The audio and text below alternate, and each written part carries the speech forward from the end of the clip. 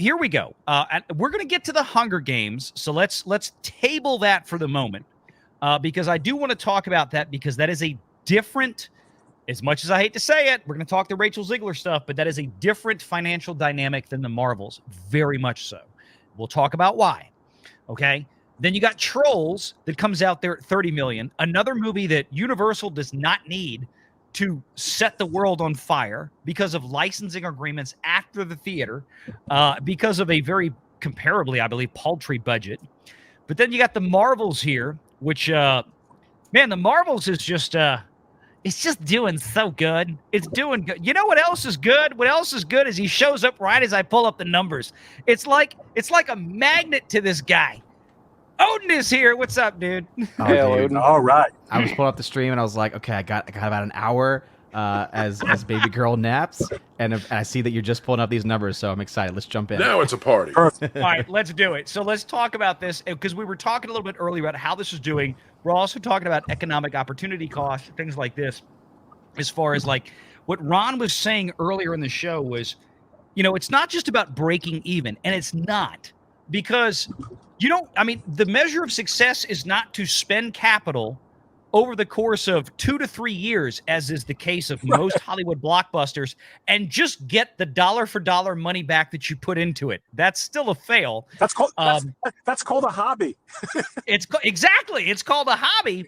And again, especially these days with the Walt Disney Company having really, they don't have any legitimate post-theatrical revenue, right? They pay themselves off of the Disney Plus credit card to license it to themselves on Disney Plus. The physical media and PVOD sales, really not that much for Disney because of the accelerated timeline, dumping it onto Disney Plus, which is not only available here broadly in America, but also broadly across the globe. That's one of the big differentiators with Hunger Games. Lionsgate already has a massive licensing contract for streaming overseas when this movie goes out of the theaters, because Lionsgate does not have a presence overseas, and the budget on this thing was much smaller. So that's one of the differentiators. But when I look They're at also this, not getting anything from the parks, because I doubt many people are going to the parks because of MCU stuff anymore. No, do you think Universal Studios in Orlando is clamoring to add Carol Danvers to the lineup in the Marvel? It's like, the shortest meet and greet line ever. We're just going to give you a blank check. Just give us Brie Larson. Here's a blank check. No. So that's part of the problem. So if this movie finishes up in the $200 to $225 million range, I mean, like I said in the video today, this movie internationally did $62 million on its opening weekend. It has only accumulated another $34 million in the subsequent 7 days. The whole week, Monday through Thursday, and then Friday, Saturday, and Sunday, the second weekend, it only added another $34 million internationally. This is dead. This is deader than dead. And I'm going to bring up. Well, I'll pull it up in a minute. While you do, let me throw a little fact at the audience. I think this will get everyone's attention. Just how bad this is. Because you start to lose words for how to describe this. It's unprecedented. Yeah. On the Hollywood Reporter, they said that the second weekend drop is the worst drop for a superhero film in the history of cinema. That's how bad this is. We've never seen it in this genre. So it's record breaking? Is that what I just heard? Yes, it's record breaking. Why do you hate women, Pro?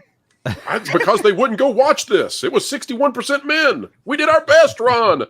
Wait, can we do this? We're going to pull up representative on the screen here that actually shows there's 5 guys on the screen. So we're going to pull in a very lovely lady. And what you're now seeing on the screen, is basically the demographic breakdown of the Marvel's box office audience. That's right. That's right. That's how bad this was, because we made it for girls. Michelle, did you go watch the Marvels? Michelle, how much did you love Brie Larson in this movie? But I would have had to see it to give an opinion. See? It's proved again.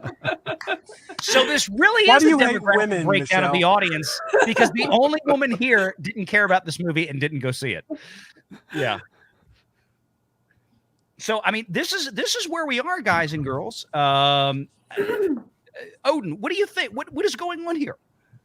I mean, it's honestly, it's kind of amazing. I'm going to to make a see little bit this. more space on the panel. I'll catch you guys later. I'll see you, man. Ron, we'll see you in a little bit, man. If you can come back, hop in. Take And let's care. preface what Odin's about to say by reminding all of you that Odin is leading an organized hate campaign against female-led movies. That's Yes. the official line from the Access Media. I'm Go a ahead now. Go ahead, misogynist. Odin. I'm a misogynist at heart, I guess is what they're trying to get at. Couldn't but take it's kind down of just- Barbie, but by golly, he got the Marvels. Exactly. As you have a rosary on your microphone. I do, of course. It's me. What else would there be up there? I know. But no, I look at this and I think this past summer we had some of the biggest flops of the year of the last several years, right? And we thought that things were already pretty bad. And then this movie came out, and I'm just like, oh my goodness, I did not think anything would be able to come close to like Dial of Destiny, The Flash, right? These massive flops. But then Marvel's is like, hold my beer. All right, because I got this. Because it's not even just about like how much net gain and net losses in this case is going on. It's also this film has a chance of not making it to 100 million domestic. This film has a chance of not getting to 200 million worldwide. Yeah. So when we say that this is the worst box office for a second weekend drop, no, this is the worst MCU box office ever. And This is the biggest flop in the history of cinema. yeah, exactly. Period. And We are looking at the worst. It's happening right now. yeah. And I think this film's going to end somewhere like around 200 million less than the last lowest MCU film ever. Like it's amazing. It's insane that this is actually happening. And that's Without even factoring in inflation. exactly, exactly. John. Yep. That's it. Not even accounting for inflation adjustments. I didn't even say it, folks. I didn't even say the word this time. Okay. You could put this movie into broom closets instead of real screenings, and you would have plenty of room for capacity. No issues at all. Speaking I was actually of, surprised it still had over 4,000 theaters this weekend after it died. In the That's first Disney, weekend. though. there's nothing else. Yeah. And no, he's right. That's Disney. When Odin just said, John, that's part of it is because they have contracts, right? They Right. usually book at least 2 weekends, PLFs and all this. But of course, Hunger Games came in. To finish the economic opportunity thing before we get to Super Chats, what I want people to understand, what Ron was talking about was this. You don't get into this business to break even. To say, oh, it was fine. Everything was good. Guardians of the Galaxy got close to breaking even. Okay, great. Let's think about this for a second. All right. They spent 3 years and $250, probably $300 million. I keep reminding folks, thanks again to our friends like Caroline Reed over at Forbes, the first Guardians of the Galaxy movie from 2013 or 14, whatever it was, the real expense by Disney was over $250 million. Not the 170 that's the budget on the numbers, but 257 million, I think, was the final number. So this just goes to show, and Disney is one of the worst at this in terms of here's the budget versus, well, we completely blew that, right? This is the Marvel method as invented by Kevin Feige, which is go in and start shooting with virtually no plan, no finished script, put it all in camera, run it through post-production and editing. Then I'll look at it, and then we'll send everybody back out in the field to go fix it. I mean, this is literally, scrap. I mean, this is a garbage. Like nobody else. How does Denis Villeneuve shoot Dune for $120 million? Well, that's because Denis Villeneuve went in there with a freaking plan. All right. Well, okay, think about this. Captain America, Brave New World. They're going to reshoot the entire film. Pretty much. Peter Jackson, Lord of the Rings. Yes. Yeah. So that's going to be the cost of 2 Marvel movies in the shadow of what this has done. You think they're sweating bullets yet? Slightly. It should be.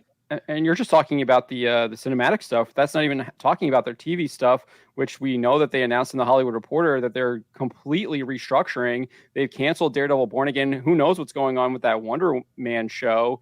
And obviously it looks like they're going to be changing how they do TV moving forward, actually getting back to how they should have been doing TV from the get-go. Yep. But yeah, so like, I mean, we're not even talking, like, there's just so much ramifications here on how far they have failed. And just your Guardians of the Galaxy point, though, about the economic costs there, I actually think that one probably pay out, because they obviously did create what did they do? They reskinned the Aerosmith ride to the Guardians of the Galaxy ride or whatever. Probably might know more about that. And they were able to like kind of leverage some of that in post. And that was so when they were still licensing stuff to Netflix. Guardians probably made $50 million. But why is it that Disney like grossly overspends? Because, and I don't know if you guys have gone into it yet, I know the new Hunger Games came out very, soft. But, I don't know. It may have a chance to at least break even because I saw the reported budget is $100 million. And it probably will. Because I think the movie actually has a chance at making money because of what they licensed on the back end. Yep. And again, this goes back to Disney doesn't do that anymore. And the whole issue with economic opportunity costs is if you're going in to just break even at the theater, that's a problem because Disney could have taken that same $300 million they spent on this stupid trash fire, the Marvels. They could have sunk it into a CD at JP Morgan Chase Bank or Barclays or Lloyd's of London. By the way, all of those are banks that give Disney lines of credit. They could have put the $300 million, they could have literally borrowed on the lines of credit, paid the interest, and then go sunk it into a CD at the same bank, losing 1 or 2% on the spread, and they would have made more money than sinking it into the Marvels right now. Make sure you're subscribed to Valiant Renegade and join us every Sunday at 6 p.m. Eastern for the live show.